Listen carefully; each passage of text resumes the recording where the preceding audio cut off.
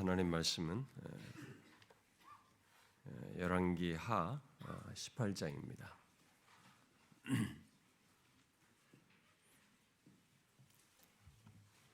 열왕기하 18장 18장 3절부터 6절까지만 우리 같이 읽겠습니다. 18장 3절부터 6절 우리 같이 읽어봅시다. 시작. 히스기야가 그의 조상 다윗의 모든 행위와 같이 여호와께서 보시기에 정직하게 행하여 그가 여러 산당들을 제거하며 주상을 깨뜨리며 아세라 목상을 찍으며 모세가 만들었던 놋뱀을 이스라엘 자손이 이때까지 향하여 분향으로 그것을 부수고 느우수당이라 일컬었더라. 히스기야가 이스라엘 하나님 여호와를 의지하였는데 그의 천후 유다 여러 왕 중에 그러한 자가 없었으니 곧 그가 여호와께 연합하여 그에게서 떠나지 아니하고 여호와께서 모세에게 명령하신 계명 지켰더라.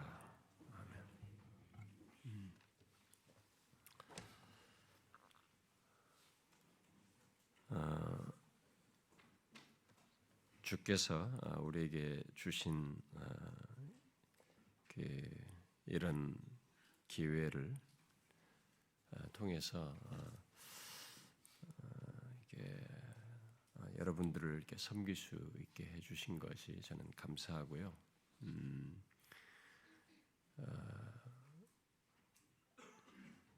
주께서 이 시간에 그냥 우리들이 갖는 단순한 모임이 아니라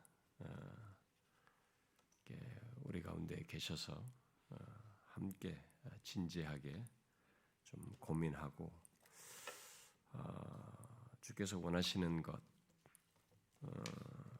그것에 우리가 마음을 좀 깊이 공감하는 그런 시간이 좀 되었으면 좋겠다는 생각이 듭니다. 작년 이게 설문지에 여러분들이 좀 남겨주신 그런 제안사항들이 여러 가지가 있었는데요. 그것 중에는 1년에 몇 번 이 컨퍼런스를 하면 좋겠다. 또 지방에도 심지어 좀 더 넓은 공간에서 하면 좋겠다. 이렇게 제안도 해 주셨습니다. 근데 저는 우선 이 어떤 외적인 변화보다는 좀 현재와 같은 조건에서 주님이 역사하시는 것에 좀 초점을 두고 싶습니다. 여러분들이 어떻게 생각할지 모르지만 저는 우리가 이 모이는 자리가 보통 이렇게 컨퍼런스를 하거나 무슨 학술을 할 때 많이 이렇게 어떤 지식이 공유되는 쪽에 초점이 많이 있어 보여요. 제가 이제 느끼기에는. 근데 저는 개인적으로 우리에게 주신 이 시간이 하나님께서 우리 가운데 계셔서 좀 은혜를 주시고 우리가 다른 이유로 모이지 않았고 우리는 다 예수 그리스도 이름 안에서 모였고 특별히 주의 종들로서 하나님을 섬기기 위해서 이렇게 부름받은 자들의 이런 참 1년에 한 번밖에 없는 이런 시간에 하나님께서 우리에게 좀 임하셔서 은혜를 주시고 우리에게 분명한 어떤 좀 메시지와 자극을 좀 주셨으면 하는 것이 저희 개인적인 소원입니다. 그래서 거기에 좀 더 초점을 두고 이 시간을 좀 가졌으면 좋겠습니다. 우리 컨퍼런스는 제가 매년 이 얘기를 합니다만은 어떤 학문적인 발표를 하려고 하는 자리는 아닙니다. 그것은 쉽습니다. 얼마든지 저도 그 부분 일정 부분 맡을 수 있고 또 탁월하신 분들에게 어떤 학문적인 주제를 주어서 발제를 하도록 부탁하는 것은 그렇게 어렵지 않습니다. 그게 아니라 이제 진지하게 우리의 목회 현실을 좀 고민하고 어떻게 해서든지 좀 성경에 충실한 교회를 세우기 위한 고민과 씨름을 함께 하고 그것이 사역의 현장에 가서 좀 실천되도록 하는데 좀 우리가 사용되어지고 주님께서 그런 차원에서 우리에게 좀 은혜를 주시면 좋겠다는 게 우리 컨퍼런스에서 갖는 소원입니다. 그래서 이 컨퍼런스에서 나눌 이 내용을 제가 준비하면서 항상 이제 고민하는 것은 이 시간이 단순히 어떤 지적인 자극을 주고 받는 어떤 학문적인 성격의 시간이 되어서는 안 되겠다. 그것은 여기 아니라도 여러분들이 얼마든지 심지어 인터넷상에도 떠오른 강의들도 있고 그런 것이 주변에 많이 있고 또 신학교에서도 배운 바가 많기 때문에 그런 것은 여러분들이 많이 얻을 수 있을 것 같아요. 그것보다는 실제로 성경에 충실한 교회를 세우고 그런 사역과 삶을 사는 문제, 그런 역사로 나아가는 통로가 주님의 도구가 됐으면 좋겠다라는 게 소원입니다. 물론 그런 일이 있으려면 성령 하나님께서 도와주셔야 하고 역사하셔야만 합니다.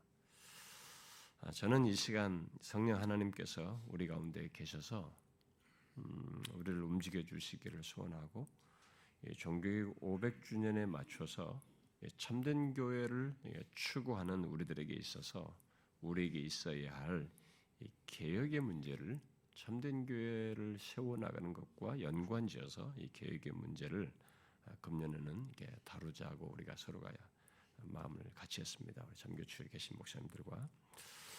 그래서 작년까지 우리는 이 복음이 가려지고 왜곡된 현실과 함께 이 복음의 부요함을 경험적으로 알고 누리고 전할 필요를 거기에 이제 초점을 좀 달리 했지만은 여러 차례에 걸쳐서 그것을 다루고 금년은 오직 그리스도를 솔루스 크리스토스를 좀 다루고 싶었습니다.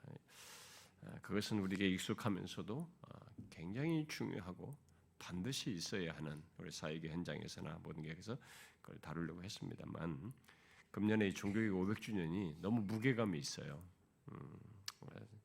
내일 날짜 아닙니까? 1517년 10월 30일에 1일에 중세시대 이 수도승이었던 루터가 비텐베르그 문 앞에 종이 한 장을 못 박아 붙임으로써 시작된 이 종교개혁 500주년이라는 참 무게감이 있고 참 특별한 기회가 되기도 해서 의미도 있어서 거기에 맞춰서 그때 못지않은 우리들의 이 교회, 우리들의 현실이죠. 오늘날의 이 교회의 개혁에 대해서 함께 고민하며 나눌 필요를 특별히 느껴서 금년에는 이제 그런 주제로 정했습니다. 그동안 이 종교 개혁이라는 말을 흔하게 여러분들은 들어왔을 것입니다. 우리 목회자들은 사역자들은 다 진짜 닳고 닳는 얘기 아닙니까? 다 들어왔겠습니다만은 저는 이 시간에 이게 단순한 어떤 역사적인 얘기를 역사적인 배경과 뭐 이런 얘기에 초점을 두지 않고 우리의 얘기를 비록 그 종교개혁의 배경과 조금 연관을 짓긴 하겠습니다만 우리의 얘기를 해보고 싶습니다.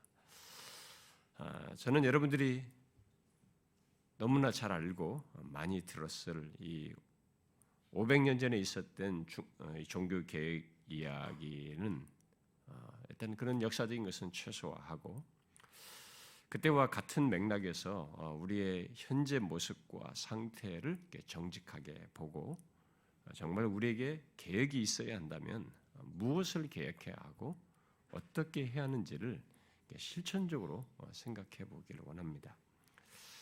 그런 내용들조차도 무슨 얘기를 할 것인지 여러분들이 아마 대략 다 예상을 할 것입니다. 이미 오실 때 오늘 무슨 얘기 할 것이다라고 예상까지 다 하고 오셨겠지만 그리고 실제로 여러분들이 들으면 다 알고 자주 들을 것을 말을 하겠습니다만은 저는 그 다 아는 것을 다시 성령의 역사를 기대하면서 나누고 싶습니다. 그게 사무치게 우리에게 소유가 되어서 사역과 삶의 현장으로 갖는 문제를 좀 같이 고민해 보고 싶습니다. 실제로 새로운 것은 없을지 몰라도 이 시간에 중요한 것은 우리가 아는 사실, 성경이 말하고 앞선 믿음의 선배들이 갔던 진리의 길이고 옳다고 하는 목회와 신앙과 삶의 길을 우리들이 실제로 가는 문제, 거기에 초점을 두고 싶습니다. 근데 이것이 얘기하기는 쉬워도 이것을 현실적으로 갖는 문제는 정말 힘듭니다.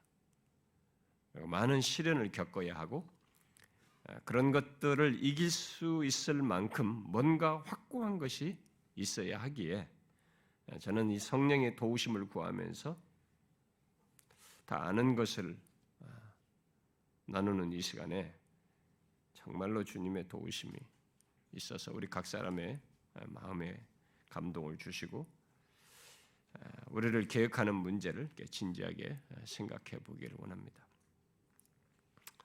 제가 오늘 읽은 말씀은 오후 시간에 설명을 좀 하면서 붙이도록 하고요. 제가 오늘은 그것에 앞서서 배경적으로 서론적인 얘기를 좀 먼저 하겠습니다. 자, 그럼 먼저 왜 모두 우리가 개혁을 말하는지부터 생각을 해보기 원합니다. 자, 우리들이 500년 전 루터에 의해서 일어났던 계획을 종교개혁이라고 하는데 그때 당시 유럽의 종교는 기독교밖에 없었습니다. 그렇기 때문에 그 말은 기독교회, 교회의 개혁이라는 것으로 다 이해를 했고 그렇게 공감을 했습니다. 그리고 종교개혁하면 교회개혁을 생각했습니다. 그러나 오늘날은 종교하면 기독교에만 있는 것이 아니고 여러 종교를 같이 생각하기 때문에 우리들이 개혁을 말한다면 일단은 교회개혁을 말해야 되겠죠. 근데 우리가 오늘 말하는 이 종교개혁이라는 단어는 오늘날로 옮기면 교회개혁이 되겠습니다. 자, 우리 한번 솔직하게 이 부분에 대해서 한번 생각해보고 말해보십시다. 여러분들은 오늘날 우리들의 교회들이 정말 개혁이 되어야 한다고 생각하십니까? 한번 생각해 보십시오. 정말 우리들이 오늘날 교회들이 개혁이 되어야 된다고 생각하느냐는 거죠. 저는 신학생 시절부터 그 얘기를 계속 들어왔고 그런 얘기 질문에 대해서 당연히 그렇다고 생각했고 말을 했습니다. 그러나 그때는 구체성이 없이 그저 의식으로만 그랬던 것으로 보여요. 그러나 지금은 그 질문에 일면 두렵고 내면의 갈등까지 일어납니다. 특히 제가 그런 말을 할 주제가 되는가라는 이런 생각 때문에 위축되기도 합니다. 어떻습니까, 여러분? 여러분은 이 부분에 있어서 어떠신가요? 이 시간에 입술로 쉽게 말하지 말고 실천 가능한 우리의 마음과 반응을 한번 짚어보면서 이 문제를 생각해 보기를 원합니다. 하나님께서 우리에게 이런 기회를 주셨을 때 이 500주년이라는 이 기념적인 의미가 아니라 만일 하나님께서 조금이라도 이런 것을 통해서 우리에게 선한 목적을 이루시고 싶으시다면 우리는 진짜 계획의 무엇으로 가져야 되고 나가야 된다고 생각이 듭니다. 자, 왜 우리는 계획을 말하고 있습니까? 너나 할 것 없이 모두가 계획을 말하고 있습니다. 지금 우리 시대가 그렇습니다. 제가 이번에 관련된 책들을 읽어보니까 몇십 년 전부터 지금의 한국교회는 중세교회 같다고 하면서 개혁과 진정한 부흥이 있기를 구해야 한다고 말하는 글들을 읽어봤어요. 신학교를 지나서 지금 목회자가 되신 분들은 그런 말을 최소한 20-30년은 들었을 것입니다. 여러분들 중에 대부분은 최소한 10년, 20년 동안은 그런 얘기를 우리 한국교회 현실에 대한 이해기와 맞물려서 들어보았을 것입니다. 그래서 다 우리가 현실이 너무 그런 걸 보기 때문에 자신도 그것에 공감하면서 말을 해왔을 것이라고 봐요. 그래서 여러분 개인의 사역 현장과 삶에서는 어땠을지 몰라도 우리 한국 교회와는 전체적으로 이전보다 확실히 나빠지고 있어요. 좋아진다는 사인을 아직까지 못 보고 있습니다. 이전보다 더 망가지고 더 타락했다는 것이 모두가 공감하는 사실입니다. 이게 좋지 않은 부정적인 얘기가 숫자가 늘어나고 있어요.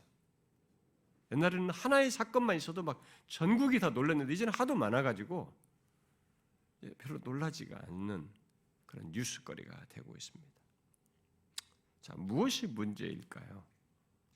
모두가 개혁이 필요하다는 것을 오래도록 공감하면서 계속 말하는데 왜 우리들은 개혁보다 점점 나빠지는 이런 쪽으로 가고 있을까요? 그것은 1차적으로는 개혁교회, 아니 이 땅에 존재하는 지상교회라면 모두가 가져야 할 한 가지 중요한 사실을 오늘날 교회들이 놓치고 있기 때문이라고 저는 믿습니다. 그리고 그것을 너무 소홀하기 때문이라고 봐요. 그게 무엇인지 아십니까? 그것은 지상교회는 항상 개혁되어야 하는 이 사실을 본질상 가지고 있습니다. 근데 이 항상 개혁되어야 한다는 이 사실을 유념하지 않는 거예요.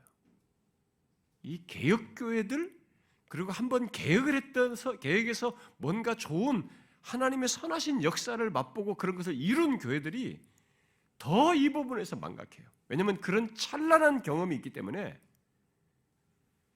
개혁에서 성공한 딱 거기 도취돼 가지고 계속 개혁해야 될 그 뒷작업을 멈추는 거예요. 우리의 역사가 지금 그렇게 왔습니다. 16세기 종교개혁은 항상 개혁되어야 할 교회가 그렇지 않은 이 중세 교회의 극단적인 모습을 보고 개혁한 케이스예요. 그래서 개혁의 필요를 말함으로써 시작을 했습니다. 그리고 그 뒤로 개혁교회는 계속 개혁해 왔어요. 사실은 역사적으로는 시간과 공간을 달리해서 연결선상으로 계속 해왔죠. 그런데 어떤 교회들은 그 한번 맛봤던 거기는 그 지역은 하락하는 이런 현상도 보였습니다. 그러나 어쨌든 개혁교회는 이 사실을 유념하고 우리가 말해 오고 있어요. 그래서 개혁교회는 계속 개혁을 해왔죠. 역사적으로 보면 개혁교회 전체 역사를 놓고 보면. 그러나 이 개혁교회 안에 한 가지 특이한 일이 역사 속에 있었습니다. 그게 무엇인지 아시죠? 계속 개혁하지 않는 개혁교회들이 있게 된 것입니다.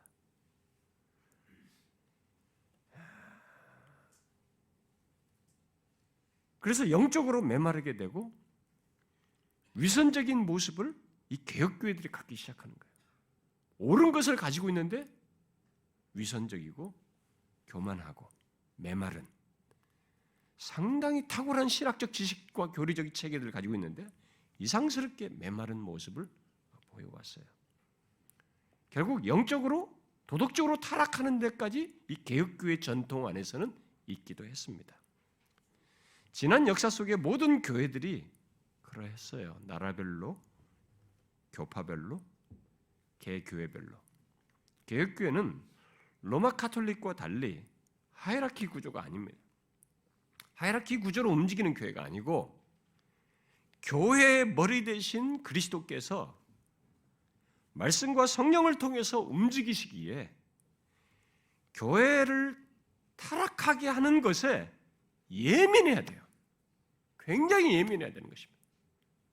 그러니까 대단히 영적인 시각에서 이 부분을 생각해야 되는 거죠. 예민하게 계속 계약을 해야 하는데 그렇지 않은 일을 이 개혁교회들이 해왔어요. 역사 속에서. 지상교회는 불완전한 사람들로 구성되어 있습니다. 그리고 사단과 세상과 육체의 유혹이 끊임없이 있어요. 그리고 거듭났다고 하는 사람들조차도 이 구성원들조차도 이 죄성에 의해서 시달리는 사람들입니다. 싸우는 존재들이에요. 그래서 여기는 끝없이 계획을 하지 않으면 얼마든지 문제가 생길 수 있습니다.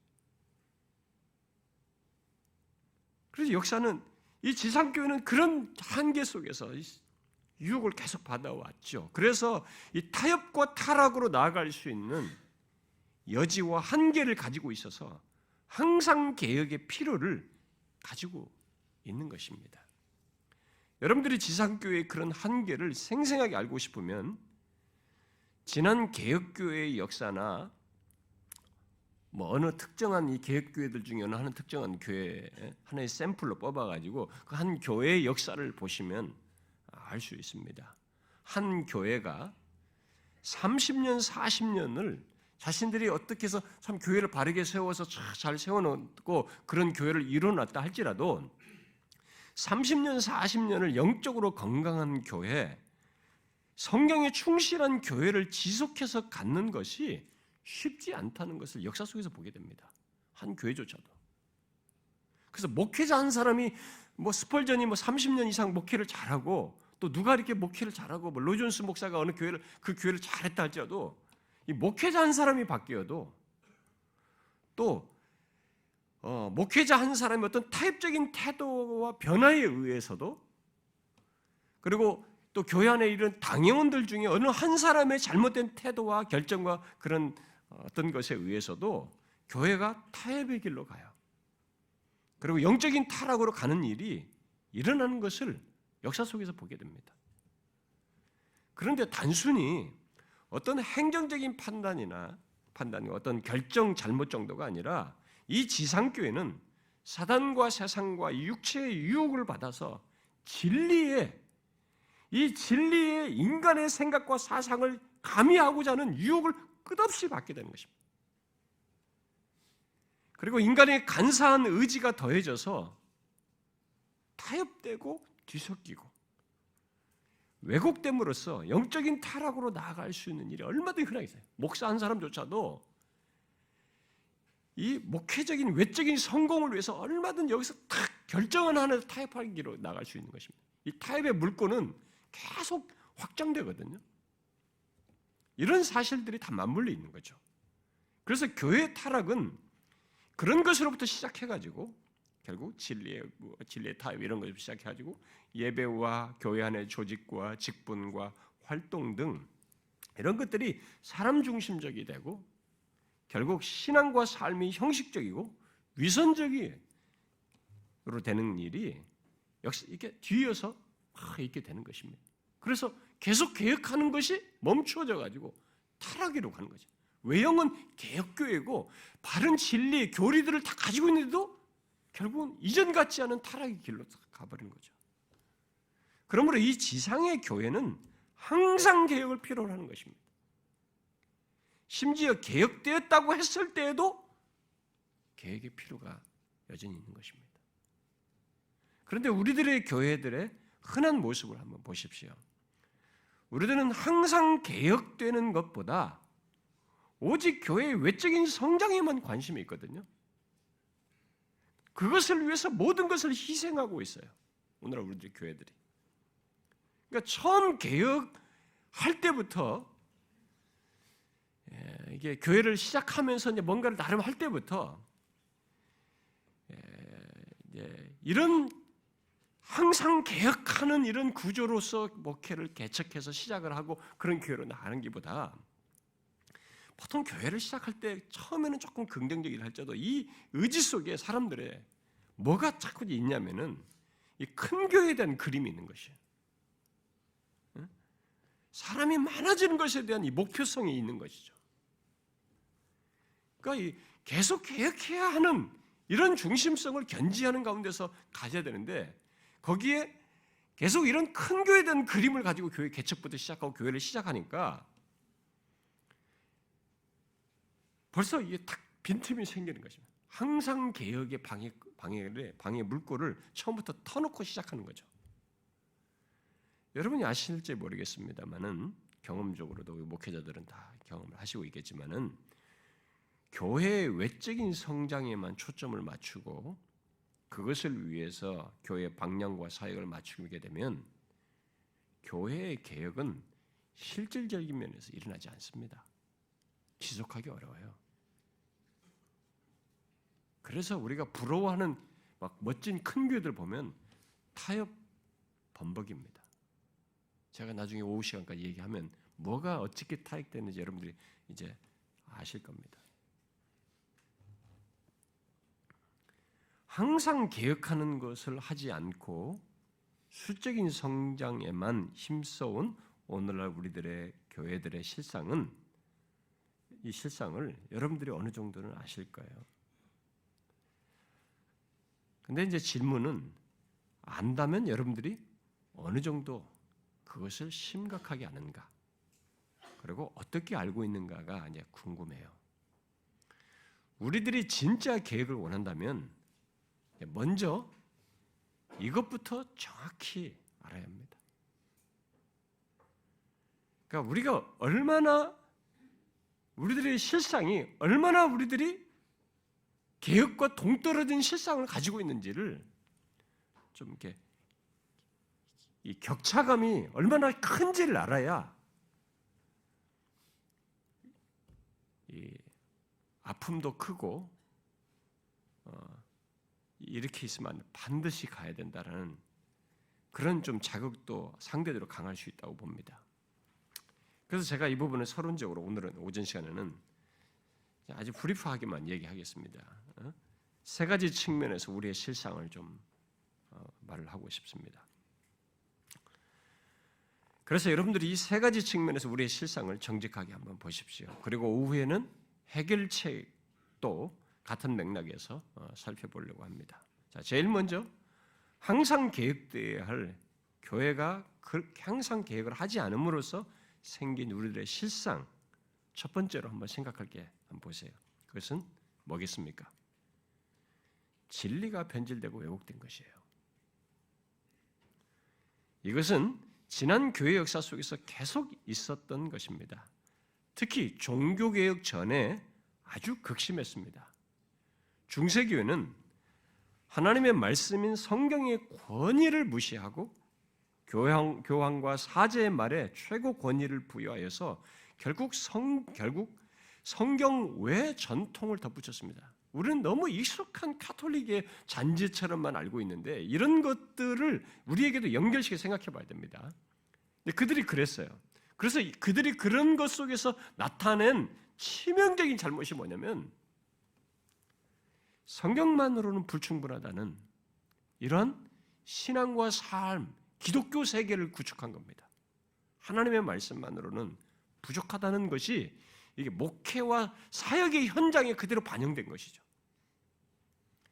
그리고 그들은 성경과 다른 구원론을 결국 이제 주장하게 됩니다. 사람의 공덕을 쌓고 구원에 이를 수 있다는 인간 중심적인 구원론을 가르쳤어요. 또 하나님과 사람 사이에 오직 예수 그리스도만이 중보자로 계시며 그분만이 우리 죄를 대속할 수 있다는 이 성경의 선명한 증거에도 불구하고 교황과 사제들을 통해서 죄를 자백하고 고백하고 사죄 선언을 받는 일을 행하였고, 그리고 교회가 베푸는 성찬떡도 이것이 그리스도의 몸으로 변화해서 영혼의 양식이 된다고 또 구원을 얻는 것으로 가르쳤습니다. 그러다 보니까 이 의식에 참여한 것이 구원의 공로로 여겨지게 되었어요. 그리고 교회와 세상을 보는 눈을 성경과 다르게 가르쳐서 성속, 거룩한 것과 이 속된 것의 이분법적인 개념을 이들에게 가르쳤고 그런 시각으로 이들을 보게 만들었습니다. 그러니까 진리의 변질과 타협이 어디까지 미치냐면 교회 안의 구조, 예배, 결국 삶으로까지 다 연결시킨 겁니다. 그래서 이들은 사제들과 평신도들을 계급적으로 나누고 이 사제 외에 세상 직업을 천한 것으로 여기며 사는 이런 일들이 발생된 거죠. 그러다 보니까 사람들이 속된 직업을 가지고도 하나님께 영광 돌릴 수 없는 것으로, 이 속된 직업으로는 하나님께 영광 돌릴 수 없는 것으로 여기면서 죄의식 속에서 살았어요, 사람들이. 그러니까 이 기독교가 가지고 있는 어마어마한 삶의 부요함이라는 것을 이들은 못 누렸습니다. 그러니까 진리의 왜곡이 다 가져온 결과물이었어요.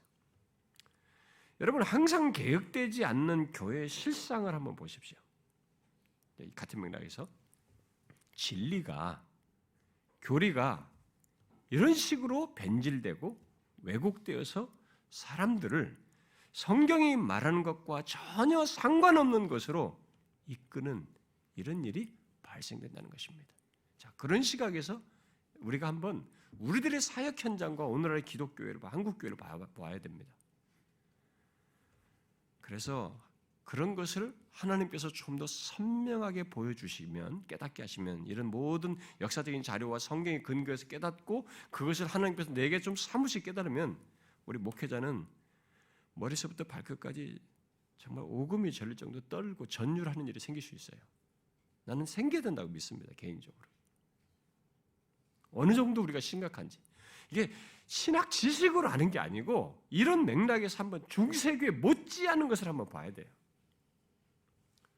구원으로 이끌어야 할 사람들을 오히려 그 진리의 왜곡으로부터 파생돼가지고 나온 게 뭡니까? 결국 그래서 그렇게 가지고 오히려 돈으로 연옥의 기간을 면제해 줄 수 있다고 하는 이런 주장까지 하면서 거짓된 구원으로 이끄는 일을 하나님의 말씀, 곧 교리의 변질을 통해서 했습니다. 그런데 여러분, 항상 개혁되어야 할 오늘날의 교회들도 그것을 하지 않음으로써 여러분 어떻게 됐어요? 우리도 그들처럼 이런 교리의 변질이 똑같이 있어서 성도들이 삶이 같이 무너져 있습니다. 완전히 무슨 미신 믿는 거 비슷한 사람들도 굉장히 많아요. 오늘날 교회들이 겉만 번지를 하지 사회가 지탄할 정도로 타락한 가장 중요한 이유는 다른 것이 아니에요. 중세기와 똑같이 1차적으로 하나님의 말씀, 곧 진리를 변질시키고 왜곡시키고 있기 때문입니다. 이것을 심각하게 봐야 돼요. 오늘날 교회들이 교회의 생존과 성공을 위해서 기꺼이 교리를 변질시키고 전하고 있는 것을 보게 됩니다. 여러분들에게 질문하고 싶습니다. 우리들이 얼마나 하나님의 진리를 변질시키고 있는지 여러분 아셔요? 이 부분을 한번 생각해 보셨습니까? 너무나 많은 목회자들이 이것을 모르기 때문에 항상 개혁되어야 할 교회에 대해서 크게 여기질 않아요. 별 관심을 갖질 않습니다. 우리들이 하나님의 부름을 받은 종으로서 이 사역하기를 원한다면 하나님께서 싫어하실 그 끔찍한 실상을 진지하게 헤아려 봐야 합니다. 그것이 개혁의 시작이에요. 그러면 도대체 어떤 진리의 변질이 있을까? 제일 먼저 우리는 하나님의 말씀의 권위를 중세교회 못지않게 인정하지 않고 있다고 저는 봅니다. 저는 이 부분에 대해서 작년에 오직 성경을 무시하는 헌실을 하면서 좀 얘기를 했고 저의 책 그 오직 성경에서 제법 상세하게 이 부분을 다루었습니다. 문제는 우리들이 그것을 현실적으로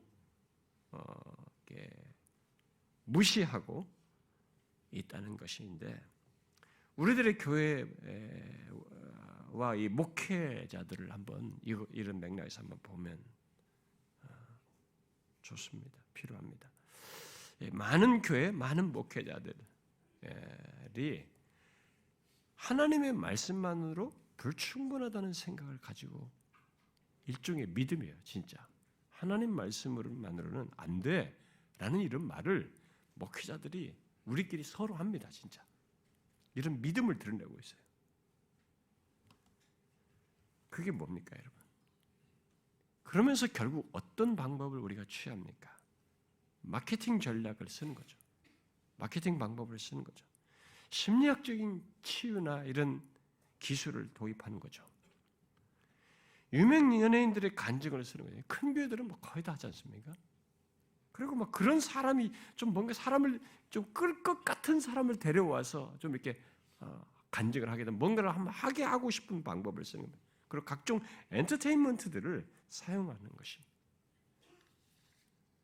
성경이 하나님의 말씀이다라고 믿는 정통교회들과 거기서 공부한 목회자들도 다 똑같아요. 가장 보수적인 교단이 있어도 다 똑같습니다. 우린 정직하게 묻고 대답해 봐야 합니다.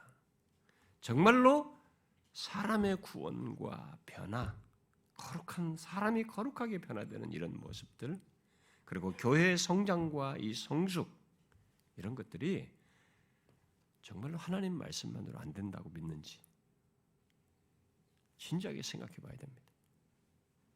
너무나 많은 목회자들이 그렇게 말을 하고 있으니까 하나님만으로 불충분하다는 게 중세교와 비슷한 얘기를 우리식으로 하고 있는 거죠. 그래서 다른 수단과 방법에 의존하여서 사람들을 자꾸 감동시키려고 하는 거죠. 그리고 그들이 변화되는 것 같은 것을 도모해보고 싶은 것이고 교회의 성장과 성숙이라는 것을 자꾸 이뤄보려고 하는 것이에요. 그런데 만약에 이것이 그들의 그것이 자신의 진심이라면 설사 성경의 권위를 머리로는 인정을 해도 그 사람은 진리를 변질시키고 있는 것입니다. 그는 사람을 모을지, 그 목회자가 사람을 모을지는 몰라도 중세처럼 교회를 타락의 길로 이끄는 목회를 하고 있는 것입니다. 우리는 우리끼리 와 하지만 우리끼리 얘기해요. 왜 와 하는 겁니까? 우리 목회자들이, 우리 성도들이 뭘 보고 와 하고 하는 것입니다. 제일 중요한 것은 하나님의 판단이에요.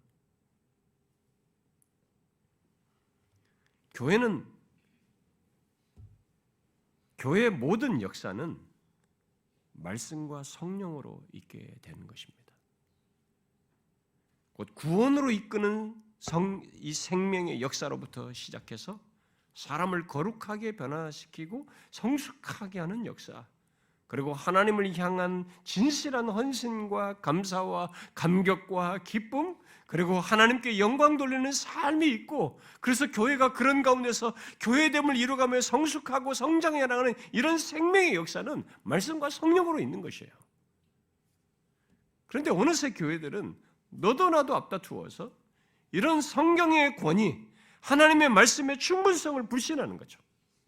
그래서 다른 요소에 자꾸 의존하려고 하는 것입니다. 한 예를 들어볼까요? 음악 같은 거 한번 보세요. 음악을 이용하는. 음악은 정말로 하나님의 찬송의 도구로 중요해요. 그런데 말씀은 간단히 하고 이 경쾌한 리듬과 나 중심적인 이 가사로 사람들을 자꾸 이끌으려고 그래요. 그런 것을 좋아하는 사람들이 모이는 걸 가지고 교회가 성장했다, 이런 식의 논지를 우리가 만들어놔 버렸습니다. 그러니까 성경이 말하고 기독교의 중요한 부분인 찬양에 사용되는 음악을 그런 식으로 이용을 해서 어느새 성경의 권위, 그 충분한 하나님의 말씀이 사람들의 의식 속에서 서서히 시들어져 가는 거예요. 그것의 의존성이 커져버린 거죠. 오늘날 교회들은 어떤 연유로든 성경의 교리를 배우는 것, 그리고 하나님의 말씀을 심도 있게 듣고 배우는 것을 어색해하고 이질감을 느끼고 있어요.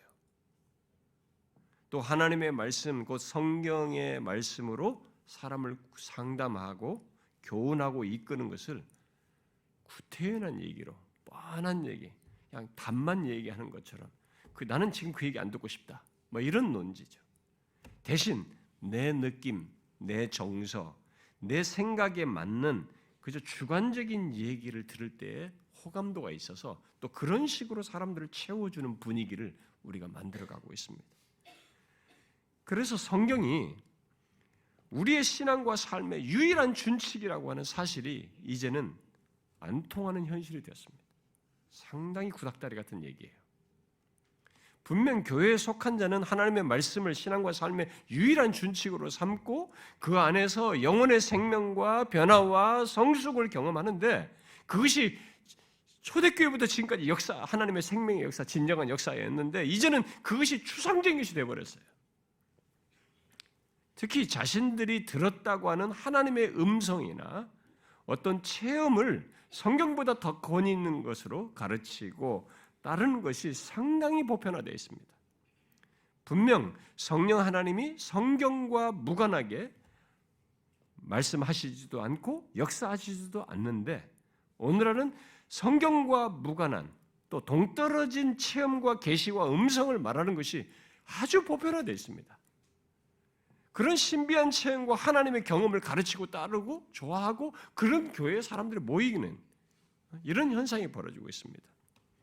뭡니까? 솔라 스크립투라가 무너진 것이죠.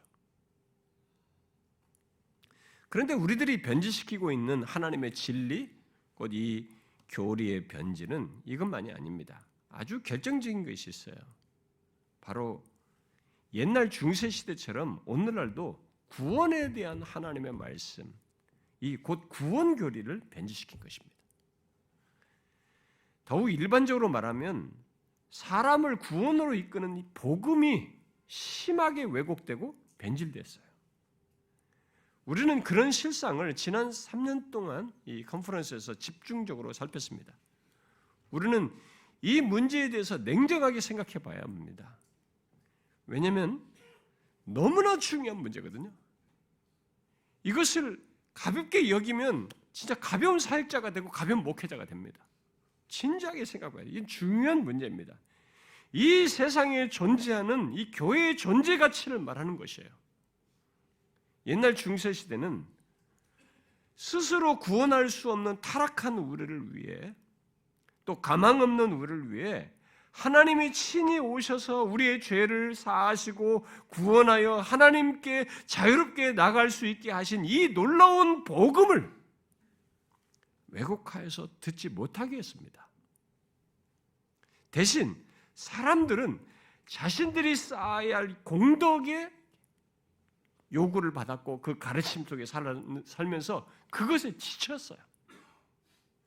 그저 교황과 사제들의 도움이 없이 하나님께 나아갈 수 없는 것처럼 그들의 도움을 입어서 하나님께 나아가야 했기 때문에 그리스도로 말미암은 구원의 기쁨과 감격, 자유와 안식을 모르고 율법주의적으로 신앙생활을 했습니다.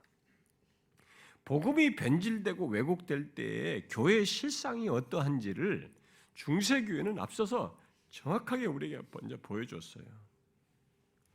그냥 모든 방향을 잃게 되는 것이죠. 타락의 끝을 모를 정도로 한없이 내려간다는 것을 보여준 것입니다. 그런데 그런 위험한 복음의 변질이 오늘날 교회들 속에서도 그대로 나타나고 있다는 것입니다. 분명 이 시대에 이 세상이 오늘날 우리들부터가 그것을 그렇게 생각을 안 하고 있는 경향이 있어서 정말 저는 안타깝고 정말 아쉽습니다만은 이 세상이 이 타락한 세상, 포스트 모던 세상, 뭐 아무리 인간의 자율적 자아가 의해서 움직이는 세상이라 할지라도 아무리 극악한 세상이라도 극악할수록 이 세상이 필요로 하고 놀랄 것은 복음이에요. 이 세상이 놀랄 이 복음을 오늘날 교회들이 소유하고 있거든요. 이 세상에 유일하게 그것을 전하고 소유할 수 있는 곳이 교회란 말이에요. 소유하고 있음에도 불구하고 오늘날 교회들은 복음에다가 온갖 것을 자꾸 덧입히는 거예요. 뒤섞고. 그래서 원래의 복음은 없고 복음을 사람들이 복받기 위해서 우리가 해야 할 무엇 정도로 변질시키는 거죠. 그저 인생 살면서 마음의 어려움을 해결해주는 심리 차원적인 차원에서의 복음이라는 정도로 변질시킨 거죠. 심지어 기독교만 가지고 있는 이 구원의 복음을 사람의 마음을 끌기 위해서 문화와 결합시킴으로써 그야말로 문화에 종속된 복음으로 바꿔버렸어요. 이 젊은 사람들일수록 우리 젊은 사역자도 이 문화에 예민한 사람일수록 이 복음을 문화에 종속시켜버려요. 문화와 섞어가지고. 그야말로 문화 속에서 플러스 알파 수준의 복음이 되고 있는 것이죠. 이런 현실에 대해서 데이비드 웰스가 말을 했어요. 우리가 가지고 전해야 할 복음은 우리의 문화의 어둠을 밝히며 대안을 제공하는 복된 소식이어야 하는데 오히려 문화의 어둠을 반영하는 복음이 되었다. 그렇게 복음이 변질되고 왜곡되면 기독교는 모든 것이 왜곡되고 변질되어서 정말 중세처럼 끝없이 타락하게 돼요. 어디까지 타락할 수 있냐면은 중세 교회에서 보듯이 도덕적인 타락은 두말할 것 없고요. 복음을 팔아먹어요. 복음을 팔아서 돈을 벌고 구원을 돈 버는 상품으로 사용하는 것입니다. 중세 교회들은 바티칸 성당 지으려고 돈으로 사고 파는 면죄부를 상품으로 팔았습니다. 건물 짓기 위해서 복음을 번성복음으로 바꿔버린다든가, 성전 짓는다 이런 이유로 이렇게 하는 거예요. 우리도 하지 않습니까? 지금 예배당 크게 지으려고 이 복음을 번성복음으로 바꿔가지고 사람들을 하지 않습니까? 그런데 여러분, 오늘날도 구원을 담은 이 복음을 이것뿐만 아니고 굉장히 다양하게 상품으로 팔아먹어요. 중세 시대처럼 별로 그렇게 아주 노골적이지 않은 것처럼 보이기도 합니다만은, 이미 미국의 방송 설교자들은 앞서서 그런 유사한 일을 아주 흔하게 했어요. 그런데 우리들도 복음을 사람을 끄는 상품으로 계속 이 가짜 복음을 상품화해서 팔고 있습니다. 오늘날 교회들이 그렇게 복음을 소비자 중심적인 무엇으로 바꾸어서 파는 것이 이제는 대세가 되었어요. 소비자 중심적이라는 말은 결국 사람 중심적이라는 말이지 않습니까? 그래서 결국 어떤 일이 생깁니까? 사람들이 구원이 필요한 자신의 조건, 인간의 조건, 또 가망 없는 인간 자신의 조건을 정확히 알지 못하고, 또 그런 자신을 구원할 유일한 구원자 예수 그리스도, 그의 십자가의 의미와 가치도 정확하게 아는 것이 없이 구원을 내가 선택하는 것을 생각하는 거예요. 또 내가 무엇을 더해서 받는 것으로 여기는 풍조가 생겨나는 것이죠. 그야말로 내가 결정하고 노력해서 받는 구원, 내가 일정 부분 기회해서 받는 구원이라는 개념이 흔하게 나타나는 것입니다. 여기 오신 분들 중에 상당수는 개혁주의 교리를 가르침으로써 그런 일이 없다고 할지 모르겠습니다. 그런데 어쨌든 한국 교회 전체의 변화를 여러분들이 한번 보십시오. 포스트 모던이라는 이 시대 정신과 문화 속에서 흔히 사람들이 갖는 생각과 반응, 그리고 그의 편승한 가르침 속에서 사람들이 구원을 어떻게 이해하고 있는지 한번 보십시오. 변질되고 왜곡된 복음 전파 속에서 죄를 속량하기 위한, 속하기 위한 예수 그리스도, 죄와 사망에서 구원할 유일한 대속자이신 이 예수 그리스도를 느슨하게, 여러 선택 중에 하나로, 그리고 나의 무엇을 더한 구원자 정도로 여기는 게 사람들의 가치관 속에 들어와 있어요. 그것은 사람들이 예수님에 대한 생각과 태도, 이 사람의 이 신앙의 중심성에서 그대로 반영돼서 나타납니다. 그래서 예수 그리스도를 말하고 은혜를 말하고 믿음을 말해도 그런 것들은 성경이 우리의 구원을 위해서 말하는 것과 상당히 다른 개념이 되어버렸어요. 모두 사람 중심적인 가르침 속에서 복음을 그렇게 변질시켜서 가르치게 된 것입니다. 얼마나 우리들이 사람 중심적인지 알고 싶으면 무엇보다도 오늘날 설교자들의 이 설교와 상담 속의 권면을 보면 됩니다. 웰스 말대로 성경에서 말하는 도덕적인 언어가 이 거룩, 성결, 이렇게 삶에서 하나님을 담는 이런 도덕적인 이런 언어가 치유 중심적인 언어로 바뀌었어요. 그걸 더 선호하는 거죠. 왜냐하면 이 도덕적인 언어, 거룩의 용어들을 직설적으로 얘기하면 사람들이 벌써 다 힘들 것이다 라고 예상을 해서 용어를 우리가 선택을 바꾼 거죠. 치유 중심적인 언어로 바꾼 거죠. 그래서 거룩함을 추구하는 대신에 건전함을 추구하는 것으로 바뀌어 있는 것을 볼 수가 있습니다. 특히 죄를 어떻게 취급하는지를 한번 보면 이 죄를 역기능으로 취급하면서 인간의 약함 수준에서 다루려고 합니다. 그러다 보니까 구원을 죄와 사망으로부터 오직 예수 그리스도로 말미암아서 얻는 것이 아니라 그저 상한 마음과 힘든 조건으로부터의 회복 정도로 구원이 이렇게 격화된 거죠. 격화됐어요. 그래서 성경의 교리를 체계적으로 가르쳐서 깨닫게 하기 전까지 오늘날 이 대부분의 사람들은 그렇게 알고 그런 식으로 신앙생활을 하는 거예요. 저는 심지어 바른 말씀을 전하는 이 설교자가 있는 어떤 교회, 근데 그 교회가 이제 좀 큰 교회다봐 그런지 모르겠습니다만, 그런 교회에서 구원의 교리를 체계적으로 듣기 전까지는 그 교회에서 오래 생활했는데도 불구하고 그런 식으로 생각하는 거예요. 구원에 대해서도. 오늘날 교회의 이런 모습은 우리들이 알고 있는 복음이 오직 예수 그리스도만으로 충분하다는 복음이 아니고 그저 자기중심적인 복음이죠. 그야말로 사이비 복음을 듣고 알고 있는 것을 말해줍니다. 여러분 중에 어떤 사람은 그런 모습은 하나님의 진리에 무지한 사람들 얘기가 아니냐, 성경을 배우지 않고 모르는 사람들 얘기가 아니냐, 내 주변에는 그런 사람 별로 없다라고 말하는 사람이 혹 있을지 모르겠습니다.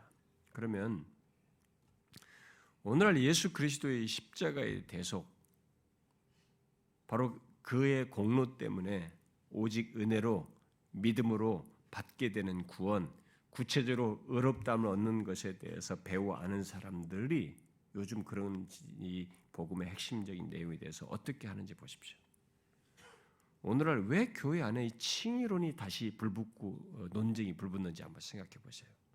그 배경에는 중세교회가 왜곡한 복음, 특히 구원에 대한 왜곡을 종교학자들이 바로잡아서 주장한 이신칭의를 잘못 이해하고 적용하여서 삶을 무시하는 현상이 생겼기 때문이잖아요. 그래서 세관점론자들은 오늘날 이신칭의 주장은 종교개혁자들의 산물로 취급하면서 그것을 제고해야 한다고 주장을 하고 있어요.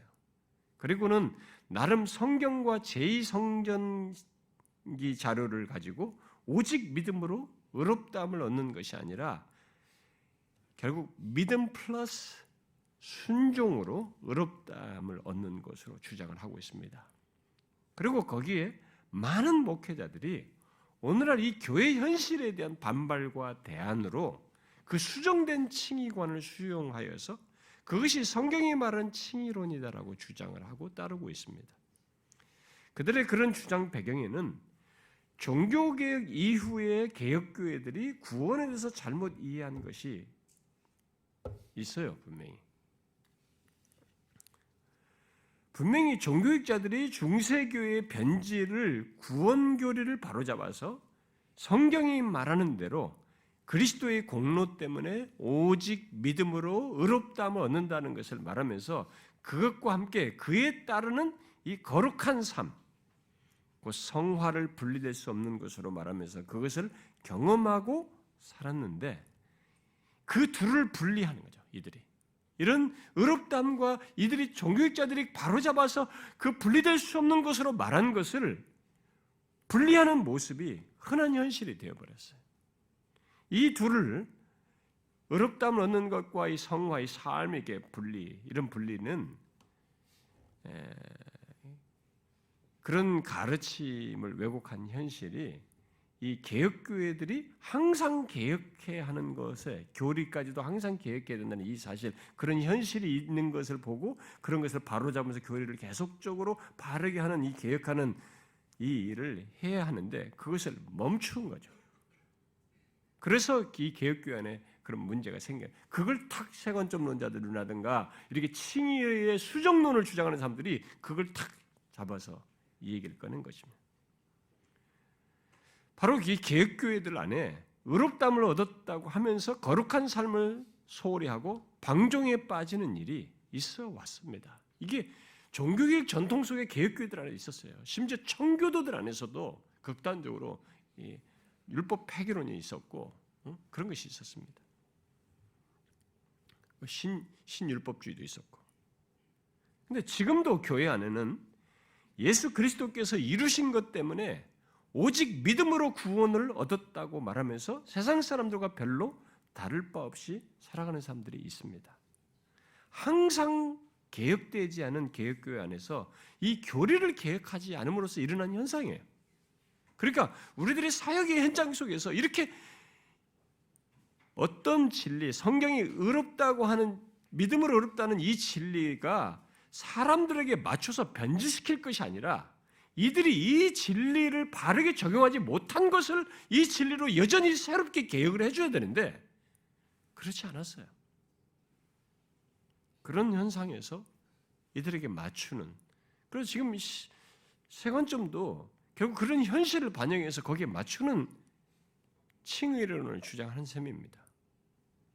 더욱 안타까운 것은 이런 잘못에 대한 반발과 우려로 세관점론자들처럼 의롭다함을 얻는 것의 조건으로 뭔가를 덧붙이는 거예요. 순종 또는 행함을 구원의 조건으로 강조하는 것입니다. 이것은 다시 옛날 중세교회가 가르쳤던 율법주의적인 구원관으로 회귀하는 것입니다. 이렇게 오늘날 개혁교회는 교리의 변질을 개혁하지 않았어요. 그래서 옛날 중세교회가 성경에서 이탈한 구원관으로 사람을 혼란케 했던 것 같이 지금 혼란케 하고 있습니다. 우리 개혁교회들 안에서 있는 현상이에요. 그것뿐입니까? 오늘날 교회들은 제가 기독교 세상의 함정에 빠지다는 그 책에서 말한 것과 같이 여러 세상 정신들을 수용하여서 뒤섞은 진리를 성경의 진리라고 가르치고 있고 또 배우고 있습니다. 어느 큰 교회에서 이제 제 기독교 세상의 함정에 빠지다는 책을 읽고는 박순영 목사는 너무 과격하다. 그러니까 저 사람은 우리가 모시면 안 된다. 이렇게 강사로 부르면 안 된다 이렇게 했다고 그래요. 제가 거기서 말한 게 뭡니까? 오늘날 기독교 안에 이 진리 배교라고 하는 것은 결국 진리를 왜곡 속에서 배교가 일어나는 것인데 이 배교는 갑작스럽게 일어나는 게 아니고 이미 배교로 길로 갔던 많은 다수가 주님이 오시기 전에 실체로서 다수로서 등장하는 것이거든요. 그 배교는. 그 배교를 가려면은 왜곡된 진리를 다수가 따라간 것입니다. 그런데 이 왜곡된 진리가 어떻게 파생되느냐? 오랜 세월에 걸쳐서 바로 이 순전한 진리에 뭔가 덧붙인 것을 따르는 것입니다. 그런 세상 정신들이 기독교 안에 벌써 역사를 거쳐서 계속 들어왔다는 거죠. 실용주의가 들어왔던, 진리에다가 실용주의를 뒤섞었던, 심리학을 뒤섞었던, 철학을 뒤섞었던, 포스트 모더니즘을 덧붙였던, 종교다원주의를 덧붙였던 간에 이렇게 덧붙인 것들을 기독교 진리인 양 믿고 따라가다가 결국 배교로 나아가는 것인데 오늘날 교회의 실상을 보면 그런 것에 진리가 그렇게 덧붙여진 왜곡된 것을 개혁을 해야 되거든요. 이런 교리 개혁의 필요를 사람들이 인지를 안 하는 것입니다. 심각하게 생각하지 않는 거죠. 오늘날은 하나님조차도 우리의 원함과 만족과 성공을 위해서 계신 것처럼 가르치고 있어서 무슨 진리든지 타협할 용의가 있는 것처럼 태도를 취하고 있습니다. 오늘날 사람들이 종교개혁이 필요하다고 말할 때 주로 드러난 현상이죠. 드러난 현상과 열매를 두고 말을 하지만 사실 그것에 앞서서 그 원인은 하나님의 진리가 변질시켜서 되어서 나타나는 것이. 그 성경의 권위를 무시하고 세상 정신을 덧붙여서 복음을 왜곡하고 변질시킨 것, 특히 구원에 대한 하나님의 말씀, 바로 구원교리를 변질시킨 것이 1차적인 원인이고 그런 위험과 징후를 항상 계획하지 않아서 생겨나는 것입니다. 오히려 그걸 자기 성공을 위해서 도입했기 때문에 나타나는 현상이죠.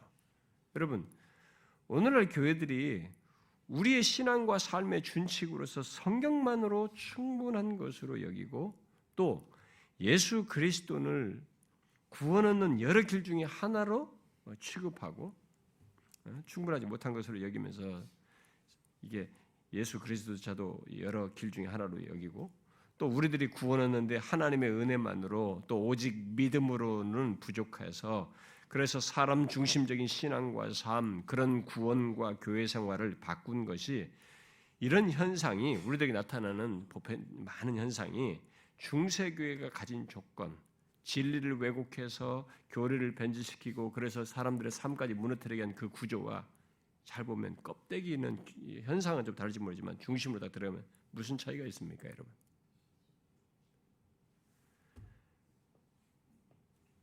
어떤 면에서는 교리적인 이탈이 그때보다 더 심해요. 물론 더 심한 현상까지 있습니다. 우리는. 여러분은 이런 진리의 변질, 교리의 왜곡을 보고 계획이 필요하다고 말을 하는 것입니까? 계획이 필요하다고 말할 때 도대체 무엇을 가지고 얘기를 하는 것입니까? 드러난 현상입니까? 1차적으로 우리는 이것부터 얘기해야 돼요. 이런 교리적인 변질부터 진리의 변질부터 얘기를 해야 되겠습니다. 눈에 띄는 열매에 앞서서 이것을 먼저 봐야 되고 이것부터 생각을 해야 됩니다. 자, 이런 구체적인 어떻게에 대해서는 제가 오후 시간에 하겠습니다. 자, 그런데 항상 개혁해야 할 교회가 그렇지 않아서 생긴 중세 교회와 유사한 모습, 오늘날의 또 다른 현상, 또 다른 실상은 이런 교리의 변질과 함께 교회됨을 상실한 것이에요. 그리고 그 가운데서도 하나님을 향한 예배가 사람 중심적으로 바뀐 것입니다. 중세교회의 건물은 교회 표시를 하고 있어도 성경이 말한 교회 모습을 갖고 있지 않았습니다. 그들은 하나님께 드리는 이 공동체적인 예배에서부터 예배 속에서 전하는 말씀, 성례, 교회의 지체로서의 그들 사이의 교제, 양육, 봉사와 증거 속에서 자라가는 것을 거의 갖지를 못했습니다. 그들의 예배는 그야말로 하나의 의식이었고 하나님을 경배하며 그와 교통하는 어떤 그런 은혜의 시간이 아니라 구원을 얻기 위해 참여하는 공로적인 어떤 것이었습니다. 그리고 그들은 성상숭배, 성자숭배, 성지들의 유품숭배, 또 미신적이고 마술적인 경건을 추구했습니다. 그런 예배의 타락에서 생명력을 함께 공유하는 이런 지체들의 유기적인 관계 같은 것이 그들에게 없었기 때문에 교회는 그저 하나의 조직이었어요. 조직에서 그래서 가톨릭의 하이라키 구조로 움직인 거죠. 조직이고 껍데기일 뿐이었습니다. 그 가운데서 사제 그룹들은 이 성직자들은 타락하는 데 앞섰어요. 그래서 당시 교회의 타락을 더욱 심화시켰던 주범은 성직자들의 타락이었습니다. 이성규 교수는 중세교회가 타락했다는 말은 성직자들이 타락했다는 말이다. 이렇게 얘기했습니다. 그래서 중세교회 타락의 중심에는 성직자들의 타락이 있었다고 말합니다. 그러면서 타락을 얘기할 때 거기에는 돈, 권력, 명예가 관련되는데 중세교회는 돈과 성을 사랑함으로써 사랑한 것으로 시작해서 성직자들이 권력과 명예에 대한 욕망으로 교회를 변질시켰다라고 했어요. 근데 우리도 지금 그런 현상이 심하지 않습니까? 그러면서 또 이상규 교수는 중세교회가 부패할 수밖에 없었던 인적 요인은 성직 교육의 부재, 성직자의 양산이었다라고 하면서 오늘날의 우리 현실을 이렇게 비추는 얘기를 해요. 어느 정도 그 시대에 어느 정도 많았냐면은 1500년대 유럽 전체 인구가 약 1억 정도였다고 해요.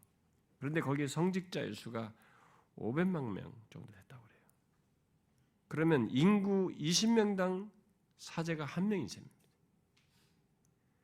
그런데 그렇게 많이 배출됨으로써 지적인 또 영적인 도덕적인 수준이 안 되는 사람들이 막 양산된 셈인 거죠.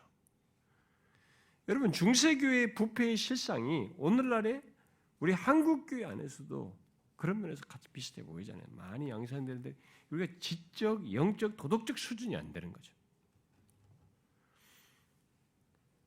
저는 이 시간에 성직자들의 타락과 중세처럼 성직자들의 영적인 도덕적 수준이 안 된다는 어떤 그 사람들이 많이 양상되는 어떤 현실이나 교회 안에 말씀 양육과 각종 활동 그리고 직분자들의 문제 같은 것은 시간 관계상 다루지 않겠습니다. 단지 이 시간에 중세와 교회와 유사한 오늘날 우리들의 교회 모습으로 이 두 번째 내용으로 강조하고 싶은 것은 두 가지 사실이에요. 하나는 우리들도 교회라는 건물을 가지고 있지만 교회 안에 많은 사람들이 성경이 말한 교회의 교회됨을 모르고 경험하지 못한다는 면에서 중세 교회와 차이가 크지 않다는 겁니다. 이런 차원에서 봐야 된다는 거예요. 자, 질문해 보겠습니다. 여러분들이 알고 있는 교회는 어떤 것입니까? 아니, 오늘 한국교회 성도들이 알고 경험하는 교회는 무엇일까요? 교회 건물을 중심으로 해서 예배와 각종 모임에 참여하고 봉사하고 함께 친교하는 것, 이런 것일까요? 전도하면 전도하고 기도하면 기도하고 이런 것일까요? 성경이 말하는 교회의 교회됨은 단순히 그런 것을 갖는 것을 말하지 않습니다. 오히려 그런 것 속에서 그리스도의 몸으로서의 교회를 실제로 경험하는 것이죠. 성경이 말하는 것은. 곧 이 땅에 존재하는 그리스도의 몸으로서 그리스도께서 교회의 머리가 되셔서 교회에 속한 자들을 진짜로 말씀과 성령으로 다스리는 가운데 생명의 역사가 있는 거예요. 하나님의 신적인 역사가 있는 것입니다. 영혼의 성숙이 있는 것이에요. 거룩한 변화가 있는 겁니다. 영적인 성숙 이런 것들을 실제로 경험하는 것입니다. 영적으로 죽은 자가 살아나고 죄와 유혹 속에 있는 사람이 점점 주님을 닮아가는 것, 이런 생명의 역사와 성숙을 여러분 어디서 경험할 수 있겠습니까? 이 세상 어디서 경험할 수 있겠어요? 그건 유일하게 교회입니다. 교회예요.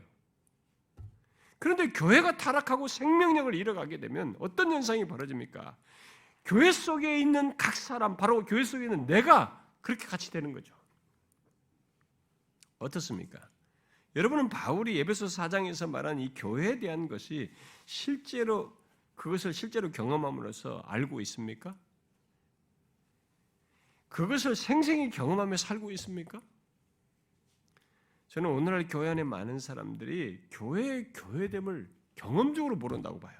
많은 경우 사람들이 교회됨을 잘 모르고 그저 단순히 소속감 정도에서 교회를 경험하고 있다고 봐요. 그러니까 소속감 정도이다 보니까 이게 뒤틀리면 틱틱틱 바꿔버리는 거예요. 자기 임의대로 하는 것입니다.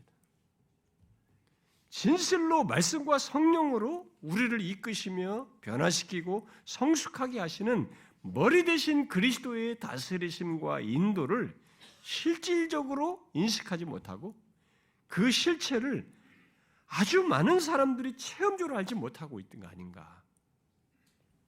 얼마 전에 이 외국의 한 한인교회 목사님이 교회에 대한 저의 책을 가지고 이 참된 교회 돌아오라는 그 책으로 이게 성도들과 같이 공부를 하고 있다고 저한테 이제 전화로 얘기를 하셨어요. 그러면서 성도들보다 자기 자신이 더 많이 배운다는 거예요. 목회자인데도. 그러니까 이 교회가 교회됨이 무엇인지 이런 것이 목회자일지라도 이게 경험 세계 속에 어떤 신학적 지식을 가지면 경험 속에서 가능하다는 것에 대해서 이해도 여러 가지 면에서 아직 자기에게 없었던 것으로 이제 묘사를 하는 거죠. 교회는 예배하며 말씀을 배우는 것을 통해서든 직분을 감당하며 봉사를 하든 서로 교제를 하고 전도를 하든 또 개개인의 삶을 살든 모두 한 개인 한 개체가 아니라 그리스도의 몸에 속한 지체로서 성령의 하나 되게 하심 속에서 존재하고 영혼의 양식을 먹고 거기서 성장하며 함께 세워가는 영적인 공동체예요. 이것이 굉장히 사실적인 실체입니다. 그 때문에 교회는 하나님의 생명을 본질로 하고 있습니다. 이것은 거짓이 아니에요. 그러므로 그리스도의 몸인 교회의 타락과 부패, 영적인 메마름과 죽음의 기운이 있게 되면 이것은 교회답지 않은 것입니다. 원래 하나님의 생명을 본질로 하고 있기 때문에 그런 모습을 가지고 있으면 그게 교회답지 않은 거예요. 그런데 오늘날 우리 한국 교회는 많은 사람들이 심지어 목사들까지 이런 교회의 교회됨을 알지 못하고 경험하지 못함으로써 개인 구원이나 그저 외곽을 갖추는 사람들이 구성돼서 어떤 숫자적으로 외적인 성장하는 것 이런 것들을 교회로 이해하고 그렇게 해서 조직적으로 잘 돌아가고 운영이 되는 것 안에서 자꾸 교회를 교회됐다고 생각을 하고 거기에 집착해요. 이런 기형적인 모습을 보이고 있습니다. 그래서 결국 우리나라에 생겨난 기현상이 생겼지 않습니까? 가난한 성도라는 말이 나왔지 않습니까? 100만이나 된다는데 이게 이 교회와 관련된 것입니다. 그들은 스스로 구원도 교회됨도 제대로 알지 못하고 있다는 것을 교회에 나가지 않음으로써 스스로 드러낸 것입니다. 이 사람들이. 여러분 사람들이 자기는 교회를 다니고 자기들이 교회에 속했다고 하는데 교회됨을 경험하지 못하는 것을 한번 상상해 보세요. 목회 현장에 있는 사람들은 이 부분을 굉장히 심각하게 생각해야 됩니다. 교회를 다니는데 교회됨을 경험하지 못하는 거예요. 한번 상상해 보십시오. 근데 이게 오늘 우리 교회들의 모습이거든요. 근데 이대로 그렇게 계속 가게 되면 어떤 현상이 벌어지겠습니까? 가난한 성도들도 그런 사람들이 많이 나오는 것을 넘어서서 겨우 촛대가 옮겨지게 되는 거죠.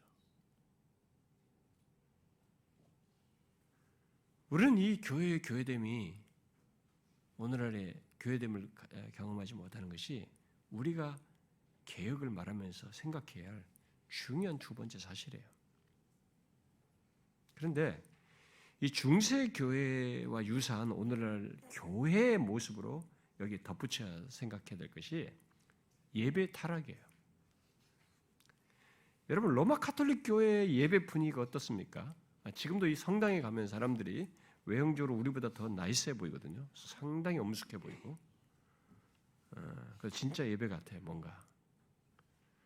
그러나 옛날의 시대에 이 사람들이 라틴어로 예배를 집례했던 것 말고 그들의 오늘날 로마 가톨릭의 현재 모습은 중세교회와 크게 다른 게 없습니다. 사실은요. 물론 분위기는 잘 정돈되어 있고 옛날 사람들보다 능동적으로 참여한다는 면에서 달라져 있습니다. 달라져 있지만 그들의 예배는 출발점에서 놓고 보면 옛날과 다를 바가 없어요. 출발에서부터 개혁교회와 다릅니다. 그들에게 예배는 구원의 은혜에 감사하여 하나님께 영광을 돌리며 경배하는 것이라기보다는 구원의 공적과 연관되어 있습니다. 그러니까 출발이 틀렸어요. 곧 구원을 얻기 위해서 예배와 미사에 참여하고 떡을 받고 그 예배조차도 사제들의 의존해서 드리는 이런 의식 중심적인 예배를 갖게 되는 거죠. 그 가운데서 온갖 성자들을 숭배하고 하고 있어서 성경으로부터 멀어진 예배를 드리고 있습니다. 중세의 예배든 지금 가톨릭 예배든 그들의 예배는 사제와 의식 그리고 공덕을 쌓으려는 사람들이 예배의 중심자예요. 사실 실상을 보면 그것은 예배의 치명적인 결함입니다. 왜요? 예배는 사람이 중심되면 안 되는 것입니다. 이 싱클라 퍼거슨이 중세 예배에 대해서 이렇게 말했습니다. 중세 예배의 비극은 바로 이것이었다. 즉 하나님이 더 이상 성경 강해에서 폐부를 꿰뚫는 명료성을 가지고 전해지지 않았을 때, 또 성령의 임재에 대한 느낌이 더 이상 하나의 현실이 아니었을 때 사람들에게 주어진 것은 참된 성찬이 아닌 의식이었고 분명한 설교가 아닌 미스테리였으며 교리적 이해의 명쾌함이 아닌 색채였고 하나님의 지식을 주고 도덕적으로나 영적으로 강하게 하는 교리가 아니라 드라마, 중세 연극이었다. 그래서 영적 공백이 생겼고 붕괴는 필연적이었다. 이렇게 말한 뒤에 그는 중세의 그런 모습을 오늘날 교회 현실에 연결해서 이렇게 말해요. 우리는 신중세주의로 가는 이 매끄러운 경사지에 있다. 여러분은 오늘날 우리들의 예배 속에 중심이 바뀌어서 결국 신중세주의 냄새가 나고 있다는 것을 아십니까? 오늘날 우리들의 예배를 한번 보세요. 정직하게 우리들이 만든 문화처럼 예배를 만들어놨기 때문에 이게 껍데기 보면 예배를 드린다고 생각하는데 예배는 굉장히 본질적인 게 있어요. 그 본질적인 것을 가지고 있지 않으면 아무리 예배를 드려도 미신에서 하는 거나 뭐 바알 숭배나 비슷할 수도 있는 것입니다. 정직하게 한번 헤아려 보십시오. 왜 우리들은 예배를 신속하게 드리려고 합니까? 왜 예배를 빨리 해치우려고 하는 것이에요? 아예 나오지를 말든가 예배를 하지를 말지. 왜 예배를 빨리 신속히 끝내려고 하는 것입니까? 또 왜 순서는 간편하게 하려고 합니까? 왜 기도를 빼고 설교를 짧게 하고 대신 성가대에 많은 돈을 투자하는 것입니까? 지휘자와 기약을 하는 사람, 심지어 싱어들까지 사례를 줘가면서 왜 세우려고 하는 것입니까? 왜 예배에 이 비팅이 있는 뇌파를 자극하고 흥분케 하는 악기들을 들여오는 것입니까? 왜 예배당 안은 화려해야 하고 엔터테인먼트적인 요소를 들여와야 하는 것입니까? 왜 각종 이 시각적이고 감각적인 요소들을 예배에 들여오는 것입니까? 왜 강대상에 각종 현란한 색의 조명을 비춰가면서 목회자를 비추고 찬양하는 사람들의 뒤 배경을 비추는 것입니까? 왜 하나님을 예배하는 그 자리를 거기에 참여하는 사람들의 이 자리를 관람석 같은 자리로 이렇게 바꾸는 것입니까? 그리고 왜 예배 속에서 하나님의 말씀을 전하는데 그 말씀에 대해 도움이 되지 않는 만담과 웃기는 얘기를 자꾸 하려는 것입니까? 왜 예배에 사람들을 자꾸 높이며 봉사와 수고를 광고 시간에 광고를 해서 그들을 높이고 누가 무엇을 기증하고 헌금을 많이 한 것을 왜 광고 시간에 말을 하는 것입니까? 잘 한번 생각해 보십시오. 이런 것들이 왜 필요할까요? 그 동기를 생각해 보자는 것입니다. 무엇입니까? 하나님을 생각해서 했을까요? 아닌 것입니다. 과연 하나님께서 오늘 교회들이 하듯이 현란한 조명으로 강대상을 비추어서 효과를 더하려고 하는 이런 것을 기뻐하실까요? 내 말씀으로 하는 성령의 능력을 아직도 부족해서 이런 것을 사용하느냐고 오히려 책망하겠죠. 그런 모든 것은 결국 하나님보다 예배에 참여하는 사람들에게 초점을 두고 그들에게 비중을 둬서 그들에게 맞추기 때문에 생기는 현상이 아닙니까? 그런 모든 것 속에서 우리는 어느새 예배 속에서 거룩하신 하나님의 면전에서 그에게 예배한다는 생각보다는 그래서 거룩함을 중시하기보다는 사람들이 좋아하는 미술적이고 음악적이고 또 미학적인 것들을 더 중시하는 분위기로 바꾸었어요. 그래서 오늘날 우리들의 예배는 보이는 것들은 더 많습니다. 보이는 것은 더 많아졌는데 듣는 것은 적어졌어요. 또 감각적인 것은 많아졌는데 말씀을 듣는 것은 갈수록 적어져 가고 있습니다. 그래서 점점 설교 대신 영상과 드라마와 공연이 더 큰 비중을 차지하는 추세입니다. 여러분은 이런 예배 속에서 어떤 일이 생기는지를 아십니까?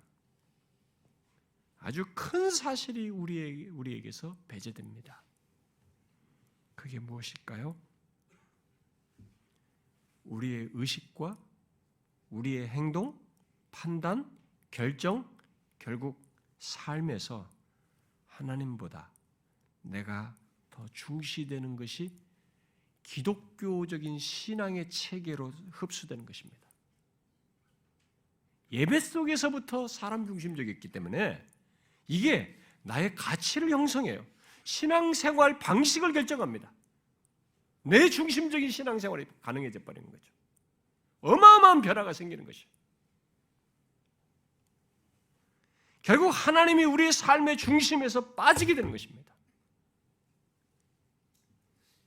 그런 식의 예배를, 사람 중심적인 예배를 반복함으로써 이게 삶으로 습득돼 버려요. 내 중심적인 삶이 습득이 생기는 거죠. 여러분, 우리들의 삶은 바른 진리와 바른 예배와 깊이 연결되어 있습니다. 직접적으로 연결되어 있어요. 그래서 진리가 변질되고 예배가 사람 중심적이 되면 삶은 변질된 진리를 따르고 사람 중심적인 예배를 통해서 습득된 가치 체계와 삶의 체계를 형성해서 그런 삶으로 나아가게 되는 것입니다. 자연스러운 거예요. 그래서 오늘 이 성도들이 왜 세상에서 지탄받느냐? 그렇게 열심히 종교적 신앙생활 열심히 하고 교회 열심히 하는데 뭐라고 다 교회 직분이라는데 왜 그러느냐? 자기도 모르는, 우리도 서로 모른다고 할 정도예요. 이런 체계를 가지고 있는 거예요. 교리적인 이탈에서부터 사람 중심적인 예배로 가치를 나게 형성시켜 놨습니다. 나의 삶의 주인이 누구인지 명확하지가 않습니다. 하나님 중심이 아니에요. 교회를 나와도 항상 내 중심이에요. 그래서 내 자존심이 건드려지고 내가 여기서 교회 속에서 뭔가 건드려지면 견디지를 못하는 것입니다. 이 사람이 예수를 만났나? 하나님이 자신의 주권자요 구원자요 버려진 아이와 같은 멸망받아 마땅한 자를 구원한 그 하나님 앞에서의 구원을 받은 사람이 맞나? 질문이 생기는 것입니다. 그러니까 처음부터 잘못되어 있어요. 연결되어 있어요. 여러분들이 이런 증거를 보고 싶으면 우리들이 예배 속에서 우리들을 서로를 의식하면서 사람을 중심에 두고 우리 자신을 만족시키는 예배를 만들어가는 이런 현실을 보면 됩니다. 어떤 교회는 종교개혁이 중세의 성직 계급을 깨고 만인 제사장을 회복시킨 것을 따른다고 하면서 많은 사람들이 예배를 인도하고 참여하게 하는 아주 나름 신선해 보이는 이런 것까지도 하는데 그런 것조차도 사실 같은 맥락이에요. 또 유기적인 교회 운동하는 사람들도 교회 안에서 영적인 리드를 하고 예배를 리드하는 것과 관련해서 누구나 다 할 수 있는 것처럼 하는 것, 이런 것이 막 성령의 지배를 받는 것처럼 주장을 하기도 하는데 이런 것들은 하나님께서 교회 안에서 그것도 사람 중심적이에요. 사실은요. 성령을 팔아먹지만은 왜냐하면 성경이 하나님 중심적인 것을 살리기 위해서 만든 것 중 뭐냐면 질서였어요. 그래서 세우는 것까지도 교회적인 부르심 속에서 질서를 따라 세운 거예요. 이 사람이 우월해서 세우는 것이 아니라 교회적인 부르심 속에서 하나님 중심성을 살리기 위해서 세우는 것이거든요. 목사가 특별합니까? 제가 우리 교회 성도들보다 내면적으로 더 못할 수 있습니다. 우리 교회 성도 중에 더 진실하고 하나님 앞에 영적인 씨름한 사람들이 많이 있어요. 제가 그들보다 더 못하죠. 사실 어떤 면에서. 그래서 제가 이 자리에 서서 리드하는 것은 다 무엇입니까? 교회적인 부르심이에요. 하나님 중심성을 살리는 것입니다. 그런데 이런 것을 유기적인 교회 운동 누구나 다 할 수 있는 것 앞에 많이 나오는 이런 것들을 만인 제사장 이런 것으로 얘기하는 사람도 있어요. 그러나 하나는 알고 하나는 모르는 것입니다. 예배는 하나님께 집중하여 그에게 경배할 수 있도록 회중에 의해서 부름받은 사람, 교회적으로 부르심이 있는 자를 세워서 인도함으로써 하나님 중심성을 지키는 거예요. 그게 에베소 4장에서 바울이 말한 목사와 선자와 교사로 세우시고 뭐 이렇게 해서 교회 이렇게 한다고 말한 그 내용에 해당되는 것입니다. 그 만인 제사장을 교회 질서를 무시하고 교회 활동을 하는 것으로 생각하면 안 되는 것입니다. 그런 시도들은 동기가 사람을 위한 예배를 드리는 데서 나온 것이라고 할 수 있습니다. 그러다 보니 예배를 드리고 난 후에 반응은 하나님을 온전히 경배하였다라는 이 결론이 아니라 오늘 내가 뭘 느꼈는지, 내가 즐거운지, 내가 받은 감동만, 내가 자꾸 되는 거죠.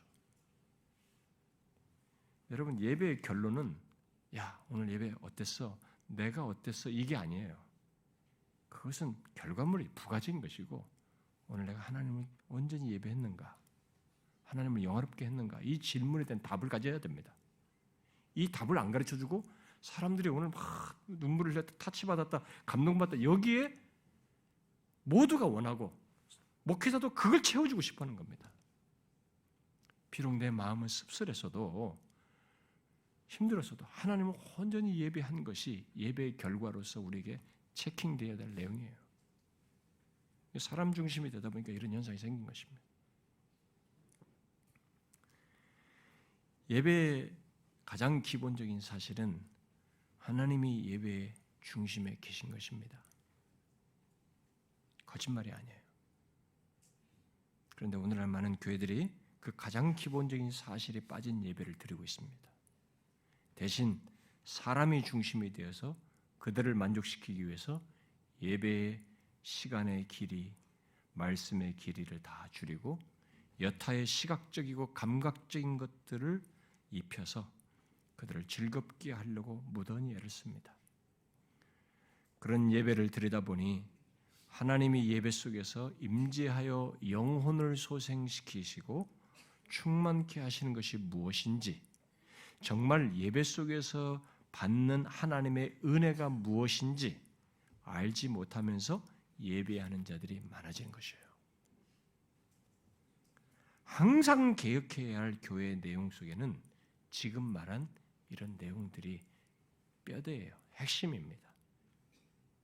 진리와 함께 교회의 모든 것, 특히 예배가 사람 중심적이 되고 결국 삶 또한 내가 중심이 되어서 살아가는 것, 이것이 오늘날 우리들의 현실 속에서 너무 보편화되어 있어서 이것을 개혁해야 돼요. 이것을 개혁하지 않고는 일어나지 않습니다. 우리들의 개혁은 다 거짓이에요.